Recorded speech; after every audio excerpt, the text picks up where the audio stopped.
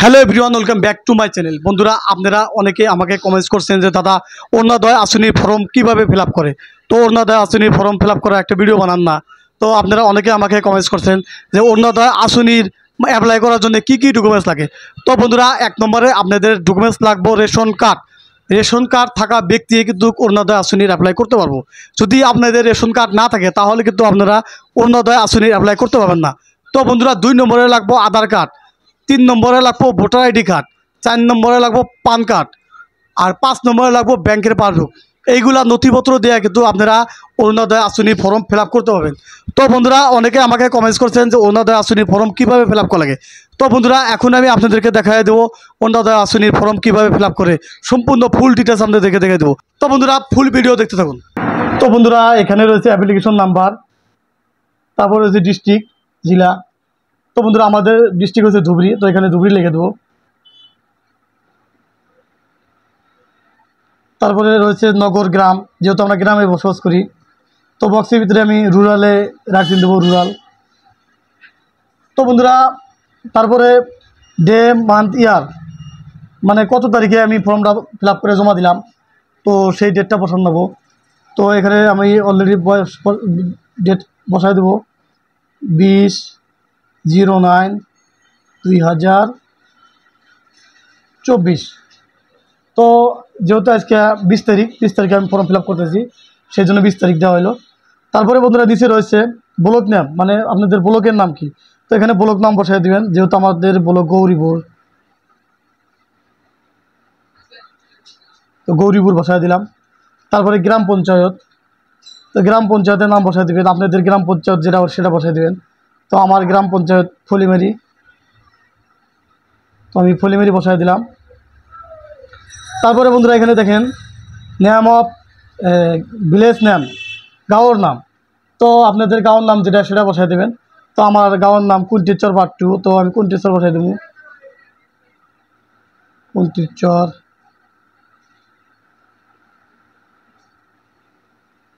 Part 2। তারপরে রয়েছে বন্ধুরা বাস করা নগর অঞ্চলের নাম, মানে লোকালিটি। তো আমার লোকালিটি হচ্ছে ধুবড়ি। তারপরে অ্যাপ্লিকেশন ফার্স্ট নেম, আবেদনকারীর প্রথম নাম। তো আমি যার নামে আবেদন করবো তার নামের এখানে ফার্স্ট অক্ষর লেখা রাখবো।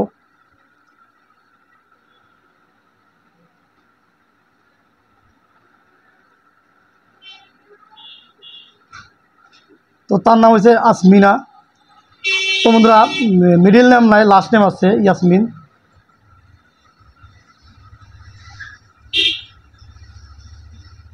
তো লাস্ট নেম আমি বসাই দিলাম। তারপরে এখানে রয়েছে জেন্ডার, মেল, ফিমেল। যেহেতু অরুণোদয় আসনির অ্যাপ্লাইটা অলরেডি ফিমেলের জন্য হয়, তো ফিমেলের মধ্যে ফিমেল বক্সে আমি টিকমার্ক দিলাম। টিকমার্ক দিয়ে, তো বন্ধুরা এনে কইছে SS1/1/4/2020, তার মানে 2020 পর্যন্ত, মানে তার বয়স কত হয়েছে, তো সেই ডেট অফ বার্থটা কিন্তু এখানে বসায় দেওয়া লাগবো। তো বন্ধুরা, এখন আমি ডেট অফ বার্থ বসাই দেবো 1/1/1991। যেহেতু 1991 বয়স, তো বসাই দিলাম। তারপরে এখানে দেওয়া লাগবো ঘর নাম্বার, ঘর নাম্বার 107। পুলিশ স্টেশন হলো ধুবড়ি, তো এখানে আমি ধুবড়ি বসাই দেবো। লোকালিটি ধুবড়ি। তো বন্ধুরা, আপনাদের যেটা লোকালিটি এরিয়া আছে, তো আপনারা সেটা বসাই দিবেন। তো আমি যেরকম ফর্মে লিখে আছি সেরকমভাবে লেখেন না আবার, মানে যার যার অ্যাড্রেস তার তার মানে দেওয়া লাগবো। তো বন্ধুরা, পথর নাম, স্ট্রিট, মানে আপনাদের পথের নাম কি। তো যেহেতু আমার গ্রামের নাম কুন্টিচর পাট্টু, তো আমি এখানে কুন্টিচর পাট্টুই দেবো পথের নাম।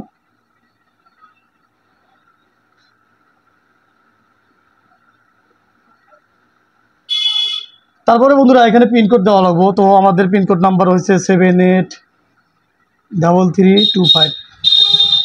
তো এখানে মোবাইল নাম্বার দেবেন, এই জায়গায় নিজের মোবাইল নাম্বার দেবেন, কন্ট্যাক্ট নাম্বার দেবেন নিজের। তো আমি এখানে একটা মোবাইল নাম্বার দিয়ে দেবো।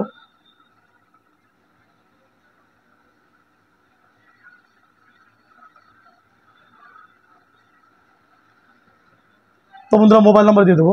তারপরে আমি নেক্সট পেজে যাব বন্ধুরা, নেক্সট পেজে যাব। এখন আমি নেক্সট পেজে আমি আপনাদেরকে দেখাবো, নেক্সট পেজটা ফিল আপ করে দেখাবো।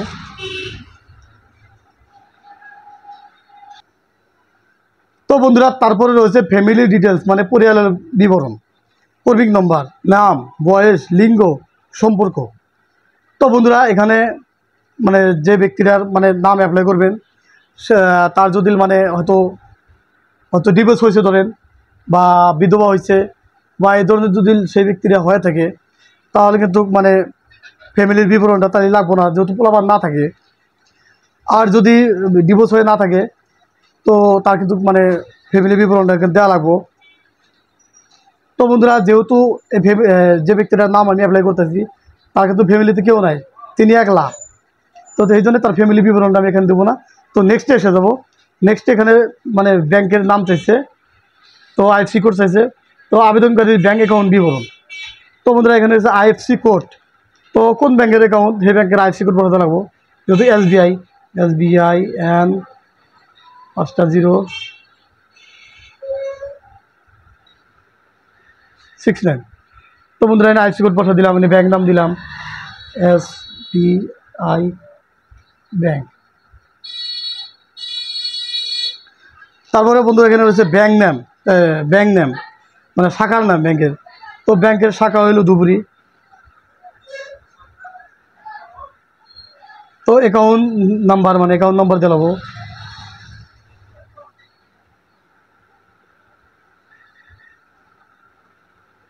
তো বন্ধুরা আমি অ্যাকাউন্ট নাম্বার বসাই দিলাম। তো এখানে একটা অ্যানুয়াল ইনকাম বসানো লাগবো, যেহেতু উনি হয়তো বিধবা, তার বিধবা লোকের তো কোনো ইনকাম নাই। তো ফর্মটা জাস্ট ফিল আপ করার জন্য এখানে আমি 50,000 দিয়ে দেবো,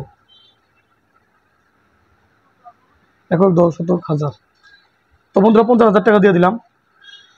তারপর এখানে ডকুমেন্টস দেখছেন, ব্যাংক পাসবুক ওর প্রথম পৃষ্ঠা সংযুক্ত, মানে ডকুমেন্টস হিসাবে আপনার ব্যাংক পাসবুক প্রথম পৃষ্ঠাটা জেরক্স করে চালাবো।